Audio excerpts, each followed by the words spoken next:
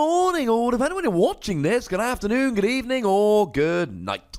My name's Ross, and as always told, out of Voice Radio. So today, we're going to be having a little bit of a look at a new Kartana card, which was revealed on the official YouTube today, and of course, translated by our lovely friend, the lovely David Hochmann. So if we start having a look at the basics here, it's not looking particularly amazing to begin with.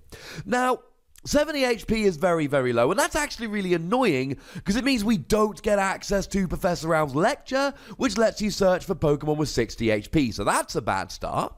Being a grass Pokemon does mean you're hitting weakness against Lycanroc, which is good, and Magikarp and Wailord Tag Team GX, more on that in a moment. The weakness to fire, I mean, look, I can tell you it's weak to Blacephalon if you want, but Blacephalon don't care. You got 70 HP. What is kind of cool is that Flareon will hit for 30 and you will survive a hit from Flareon, so that's quite nice. And you've got access to healing like Life Forest Prism Star, but that's kind of irrelevant because of the whole, you got 70 HP. It's not going to help.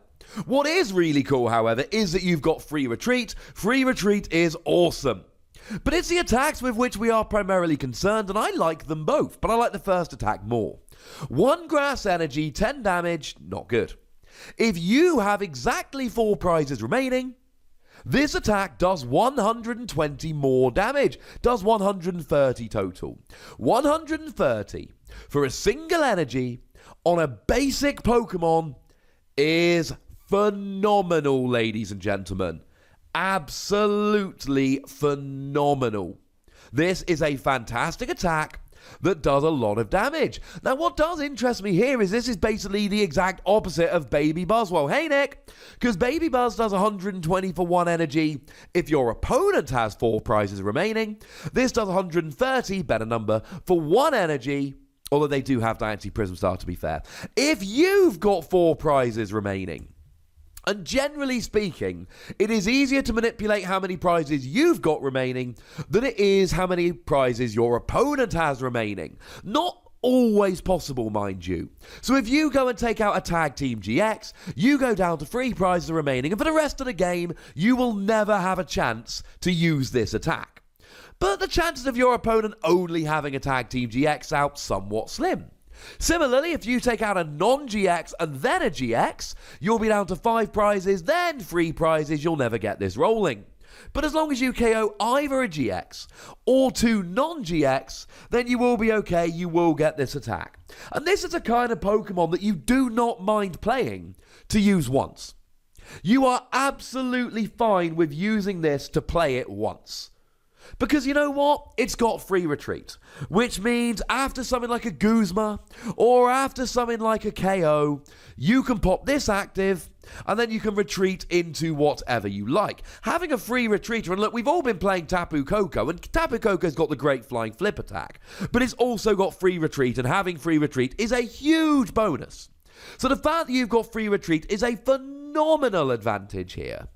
And then it is genuinely worth playing this for just the 1 attack, because it's hard to beat 130 for a single energy on a basic. I mean, if we take something like Granbull, for instance, they do 130 for a single energy, but it's on a stage 1 if you've got an empty hand. That is not the same, ladies and gentlemen. Now, the other thing to mention here, 130 damage is a good amount of damage. There's a whole bunch of non-GXs out there, things like Granbull, things like White Kyurem, and things like the aforementioned Buzzwole, that will be going down in 1 hit here. There is a huge difference between 130 damage and 120 damage, and popping over to the 130 is absolutely crucial here. Now, we do struggle a little bit against GXs, but with a Choice Band we're up to 160, with a Shrine of Punishment you're up to minimum 170 in 1 turn. That is a 1-hit KO essentially on a Tapu Lele GX, which is good. And we can always keep going with Shrine of Punishment here. We can always have it in play for 2 free turns, even if we have to use 2 free Shrine of Punishments. Shrines of Punishment? Let's go with that, to get that damage on there. But might I remind you about the Promo Lurantis? The Promo Lurantis lets you do an extra 20 damage with grass or fire Pokemon. So what you can do here is have one of these with a Choice Band Shrine, and that's a KO on a Boswell, 190. And a second one, you're up to 210, bye-bye Zoroark. And a third one, you're up to 230, which means Gardevoir is going down. It's a little bit awkward if I'm totally honest with you, but it remains an option. And in any deck where you're already playing Lurantis, and I know it doesn't see a huge amount of success, but let's be clear, right? There's a whole bunch of people that are playing Lurantis out there. In any deck that plays Lurantis, this is an absolute no-brainer, even if you have to play something like Rainbow Energy because you're playing a fire deck. This is phenomenal if you add in the promo Lurantis here. The other thing is, if you're hitting weakness, this is wonderful. Lycanroc goes down. Greninja and the new Greninja from Detective Pikachu looks awesome. And if you add a Choice Band on, you're actually doing 160, which with weakness will be doubled to 320. This is actually a one-hit KO on a free prize Magikarp and Wailord Tag Team GX, which is redonkulous. Now, a Wailord and Magikarp Tag Team GX deck does seem like it could just force you to knock out a Magikarp and Wailord, and then you're not doing very much. But either way, this is impressive. But if you're not hitting for weakness, then larger GXs and Tag Team GXs are slightly out of reach. Now, in terms of the second attack, I don't think it's a slam dunk, that's why we're playing it, but I do find it very interesting. Grass double colorless, flip a coin. If heads, put damage counters on your opponent's active Pokemon until it has 10 HP remaining. Does that sound familiar, ladies and gentlemen? It should. It's Raticate Break. And we all tried to make Raticate Break work. I did. I've received a lot of messages from people that did, and I'm sure a whole bunch of you guys did watching as well. And you know what? In the age of Tag Team GXs, where you've got Pokemon that give up free prizes, which incidentally are seeing a lot of play, the idea of an attack which can just go ahead and get a straight one-hit KO on any Tag Team GX is ridiculous. Now hang on a second, I said one-hit KO, and I also said put damage counters on until it's got 10 HP remaining. Well, the deal here is the same as it was when we were using Raticate. You need something that puts damage on between turns. And we've got a few options here.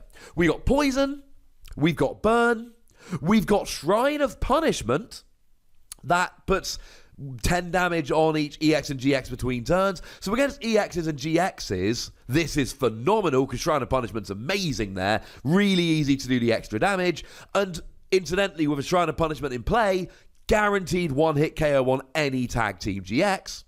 Or even Confusion with the new Parasect. Parasect, remember, puts 2 damage counters on your opponent's confused Pokemon between turns. Problem is, this is on a coin flip. And that's a problem.